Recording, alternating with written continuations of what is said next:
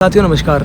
आप सभी जानते हैं कि देश में संसद का सत्र चल रहा है और विपक्ष ने लोकसभा स्पीकर ओम बिरला को हटाने के लिए अविश्वास प्रस्ताव लाया है। आप ये नहीं जानते होंगे कि जो स्पीकर महोदय हैं उन्होंने मॉरल हाई ग्राउंड लेते हुए यानी कि नैतिकता के आधार पर ये कहा है कि जब तक इस नोटिस पर फैसला नहीं आ जाता मैं कुर्सी पर नहीं बैठूंगा, यानी कि आगे की प्रोसीडिंग्स में मैं भाग नहीं लूँगा।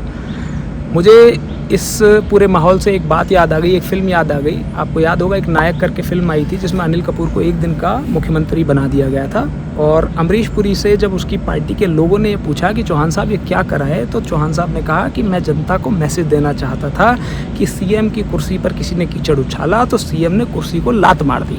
ठीक उस तरह का माहौल बनाने का प्रयत्न ओम बिरला द्वारा किया जा रहा है, लेकिन इस वीडियो के माध्यम से मैं बताना चाहता हूँ कि नैतिकता क्या होती है और अनैतिकता क्या होती है। ओम बिरला जी, अनैतिकता तब होती है जब आप लीडर ऑफ अपोजिशन को देश से जुड़े मुद्दे नहीं उठाने देते हैं। आपने एक्स आर्मी चीफ की किताब के उन बातों का जिक्र राहुल गांधी को नहीं करने दिया जो कि देश से जुड़ी हुई बातें थी।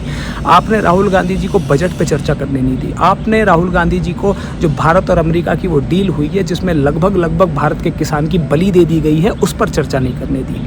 जिस अमेरिका का जो टैरिफ होता था भारत पर 3% होता था जब कांग्रेस की सरकार थी, यूपीए की गवर्नमेंट थी, आज वो बढ़कर 18% हो गया। उसके बाद भी देश में इसको उत्सव की तरह मनाया जा रहा है। आपने ऐसी घटिया डील पर चर्चा नहीं होने दी। मैं समझता हूँ इससे भी ज़्यादा अनैतिक काम आपने ये किया है कि जब भारतीय जनता पार्टी का एक निर्लज्ज सांसद संसद में खड़ा होकर देश के पूर्व प्रधानमंत्रियों पर कीचड़ उछालता है और अपशब्द कहता है, वो भी एक किताब से पढ़कर, तो आपने नहीं रोका। जब आप उसे नहीं रोकते हैं तब आप अनैतिक काम करते हैं। और तो और उस सांसद पे कोई कार्यवाही भी नहीं की गई है। और इन सबसे अनैतिक बात आपने ये की कि देश की चुनी हुई महिला सांसदों के लिए जो कि प्रधानमंत्री जी के सामने अपना विरोध दर्ज कराना चाहती थी, उनके लिए ये कहा गया कि सांसद जो है वो प्रधानमंत्री पर हमला कर सकती थी।